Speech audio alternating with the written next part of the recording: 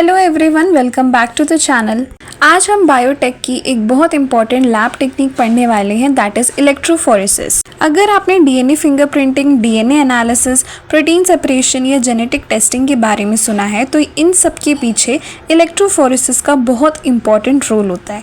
तो इस वीडियो में हम इलेक्ट्रोफोरेसिस का प्रिंसिपल, इलेक्ट्रिक फील्ड का रोल, नेट चार्ज और पीएच का effect, factors affecting electrophoresis, different types of electrophoresis, gel electrophoresis, DNA electrophoresis और उन सब के एप्लीकेशंस को डिटेल में समझेंगे। तो वीडियो को एंड तक ध्यान से देखिएगा। सबसे पहले बात करते हैं what is electrophoresis. The word electrophoresis जो है ये दो वर्ड से मिलकर बना है। Electro means electricity and phoresis means movement और कैरिंग, यानी इलेक्ट्रिसिटी की हेल्प से मॉलिक्यूल्स का मूवमेंट। इसकी प्रॉपर डेफिनेशन जो है वो है that electrophoresis is the differential migration of charged molecules और ions in a solution under the influence of an electric field. Simple language में देखिए तो जब किसी चार्ज मॉलिक्यूल को इलेक्ट्रिक करंट दिया जाता है तो वो अपने चार्ज के अकॉर्डिंग मूव करने लगता है। इसी मूवमेंट के बेसिस पर मॉलिक्यूल्स को सेपरेट किया जाता है।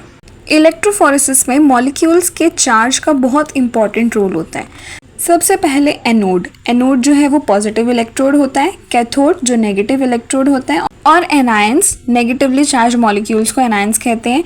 ये पॉजिटिव इलेक्ट्रोड यानी एनोड की तरफ मूव करते हैं। कैटाइंस, पॉजिटिवली चार्ज मॉलिक्यूल्स को कैटाइंस कहते हैं, ये नेगेटिव इलेक्ट्रोड यानी कैथोड की तरफ मूव करते हैं। अब आता है रेट ऑफ माइग्रेशन। माइग्रेशन का मतलब ही होता है मूवमेंट। तो हर मॉलिक्यूल एक ही स्पीड से मूव नहीं करता।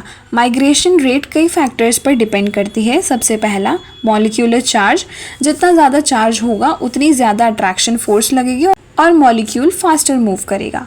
Second is molecular shape and size.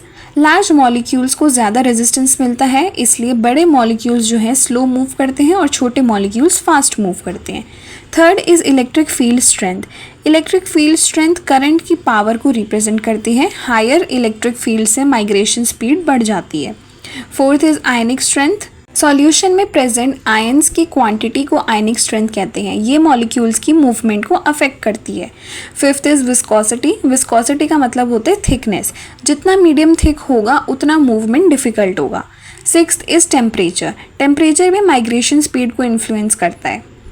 बात करते हैं इलेक्ट्रोफोरेटिक वेलोसिटी की। वेलोसिटी को इक्वेशन से रिप्रेजेंट किया जाता है which is v is equals to E Q by F. यहाँ पे v इज़ द वेलोसिटी और movement speed, e is electric field strength, q is molecular charge and f is friction coefficient. Friction coefficient resistance को represent करता है। जितना resistance ज़्यादा होगा उतनी मूवमेंट स्लो होगी, इसलिए मॉलिक्यूल्स जो हैं वो generally charge to mass ratio के बेसिस पर सेपरेट होते हैं। Next is electric field. Electrophoresis में इलेक्ट्रिक करंट को कैरी करने का काम बफर करता है। बफर का मतलब एक सॉल्यूशन होता है जो पीएच को स्टेबल रखता है। ये सैंपल के आसपास का एनवायरनमेंट जो है कांस्टेंट मेंटेन करता है। Effect of electric field on sample. Electrophoresis में करंट, वोल्टेज या पावर में से किसी एक पैरामीटर को कांस्टेंट रखा जाता है। हायर वोल्टेज जो है माइग्रेशन स्पीड इंक्रीज करता है, लेकिन हीट जनरेट करता है, प्रोटीन डीनेचुरेशन कर सकता है, जेल मैट्रिक्स को डैमेज कर सकता है। डीनेचुरेशन का मतलब है प्रोटीन की नेचुरल स्ट्रक्चर को डिस्ट्रॉय करना। Then net charge and pH. Net charge molecule पर प्रेजेंट फाइनल ओवरऑल चार्ज को कहते हैं और पीएच जो है वो बताता है कि मीडियम एसिडिक है या बेसिक है। प्रोटीन्स आर एम्फोटेरिक, मतलब प्रोटीन्स एम्फोटेरिक नेचर के होते हैं। एम्फोटेरिक मीन्स जो मॉलिक्यूल्स एसिडिक और बेसिक दोनों तरह बिहेव कर सकते हैं।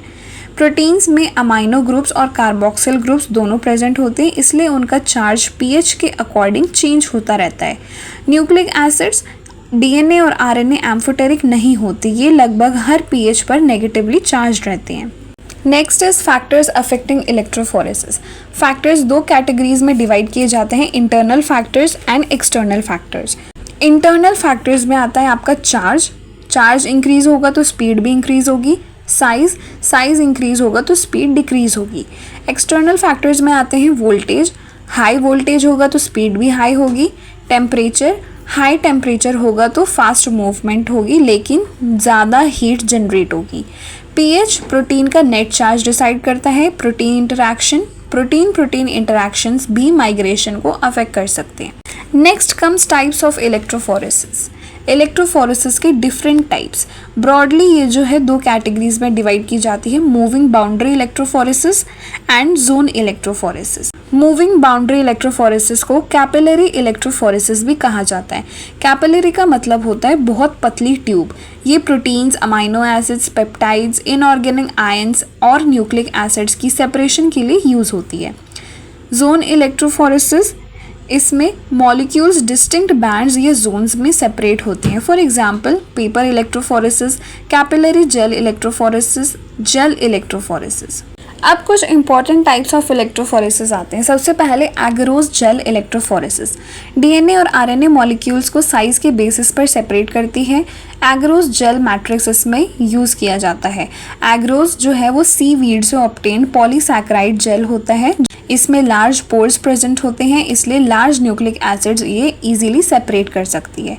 इसके एप्लीकेशंस है कि ये DNA analysis, RNA analysis, PCR products और डीएनए फ्रैगमेंट सेपरेशन में यूज़ की जाती है। Second is polyacrylamide gel electrophoresis, जिसे पेज भी कहते हैं। पेज प्रोटीन्स और स्मॉल न्यूक्लिक एसिड्स की हाई रेजोल्यूशन सेपरेशन करता है। हाई रेजोल्यूशन मतलब क्लोजली रिलेटेड मॉलिक्यूल्स को क्लियरली सेपरेट कर पाना। टाइप्स ऑफ पेज इसमें आते हैं SDS page. SDS is sodium dodecyl sulphate. ये एक डिटर्जेंट होता है जो प्रोटीन्स को डीनेचर करता है। सब प्रोटीन्स को ऑलमोस्ट इक्वल नेगेटिव चार्ज मिल जाता है। सेपरेशन मॉलिक्यूलर वेट के बेसिस पर होती है। इसके एप्लीकेशंस हैं कि ये protein size estimation, protein purity analysis में यूज़ किया जाता है। Second is native page. ये प्रोटीन्स को डीनेचर नहीं करता, नेचुरल स्ट्रक्चर और एक्टिविटी मेंटेन रहती है इसमें। इसका जो सेपरेशन है वो चार्ज, शेप और साइज के बेसिस पर होता है। इसके एप्लीकेशंस हैं कि ये एंजाइम स्टडीज़, प्रोटीन कॉम्प्लेक्सेस और फंक्शनल प्रोटीन्स में यूज़ किया जाता है। Third is capillary electrophoresis. इसमें बहुत ही नैरो कैपिलरी ट्यूब्स में सेपरेशन की जाती है। इसके एडवांटेजेस हैं कि ये fast, highly sensitive, highly resolution electrophoresis होती है। एप्लीकेशंस है कि फार्मास्यूटिकल एनालिसिस, फॉरेंसिक साइंस और एनवायरमेंटल टेस्टिंग में यूज़ किया जाता है। Fourth is 2D gel electrophoresis. ये प्रोटीन्स को दो डायमेंशंस में सेपरेट करती है। First dimension is the isoelectric point. Isoelectric point वो पीएच होता है जहां प्रोटीन का नेट चार्ज 0 हो जाता है। और second dimension is the molecular weight. इसके एप्लीकेशंस है कि प्रोटियोमिक्स, प्रोटीन एक्सप्रेशन स्टडीज और कॉम्प्लेक्स प्रोटीन एनालिसिस में यूज़ किया जाता है। अब आते हैं सबसे इम्पॉर्टेंट टॉपिक पर, that is gel electrophoresis. Gel electrophoresis charged molecules को जेल मैट्रिक्स के थ्रू सेपरेट करती है। Gel matrix is the porous network जो सीव यानी छलनी की तरह काम करता है। सेपरेशन चार्ज और साइज दोनों के बेसिस पर होती है। बफर का पीएच एडजस्ट करने के बाद मॉलिक्यूल्स चार्ज कैरी करते हैं। करंट अप्लाई करने पर मॉलिक्यूल्स जो है वो माइग्रेट करते हैं। स्मॉलर मॉलिक्यूल्स पोर्स में इजीली मूव करते हैं और फास्टर ट्रैवल करते हैं। लार्जर मॉलिक्यूल्स स्लो मूव करते हैं। Properties of gels. जेल्स जो है वो स्लैब्स या कैपिलरी ट्यूब्स दोनों में यूज़ की जा सकती है। प्रॉपर सेपरेशन के लिए पोर साइज कंट्रोल होना चाहिए। एगरोस जेल इसमें मेनली यूज़ किया जाता है which is reversible matrix. Heat करने पर मेल्ट और कूल करने पर दोबारा जेल बन जाती है। हाइड्रोजन बॉन्ड्स से ये लिंक्ड होते हैं। Second is polyacrylamide gel. ये परमानेंट मैट्रिक्स होता है, मिथाइल ब्रिजेस के थ्रू क्रॉस लिंक्ड होती है। क्रॉस लिंकिंग मतलब पॉलीमर चेन्स का आपस में कनेक्टेड होना। अब देखते हैं इलेक्ट्रोफोरेसिस ऑफ डीएनए। सबसे पहले by agarose gel. Large pore size होता है इनका। लार्ज डीएनए फ्रैगमेंट्स और आरएनए सेपरेशन इससे हो सकती है। यूजुअली 200 बेस पेयर से 20 किलो बेस पेयर तक फ्रैगमेंट्स इसमें रिजॉल्व होती हैं। Kilo base pair means 1000 base pair से मिलकर 1 किलो बेस पेयर बनता है। Second is polyacrylamide gel page. High resolution separation देती है, स्मॉल डीएनए फ्रैगमेंट्स को सेपरेट करती है। डीएनए सीक्वेंसिंग में यूज़ की जाती है फॉर स्मॉल न्यूक्लियोटाइड जिसमें मोस्टली प्रोटीन्स होते हैं। जनरली 200 बेस पेयर से छोटे फ्रैगमेंट्स के लिए यूज़ की जाती है। Now applications of electrophoresis. It is use to study properties of charge molecules. Organic acids, bases और इनऑर्गेनिक आयंस की सेपरेशन के लिए यूज़ की जाती है। अमाइनो एसिड्स, पेप्टाइड्स और प्रोटीन्स के आइडेंटिफिकेशन। लार्ज प्रोटीन्स और न्यूक्लिक एसिड्स की सेपरेशन। क्लिनिकल लैब्स में प्रोटीन एनालिसिस। सीरम, यूरिन और CSF सैंपल्स में प्रोटीन एनालिसिस। मतलब जो ब्रेन और स्पाइनल कॉर्ड के अराउंड प्रेजेंट प्रोटेक्टिव फ्लूइड होती है उसके एनालिसिस में भी ये सब यूज़ किया जाता है। सो गाइज, आज हमने इलेक्ट्रोफोरेसिस को कंप्लीट डिटेल में पढ़ा है।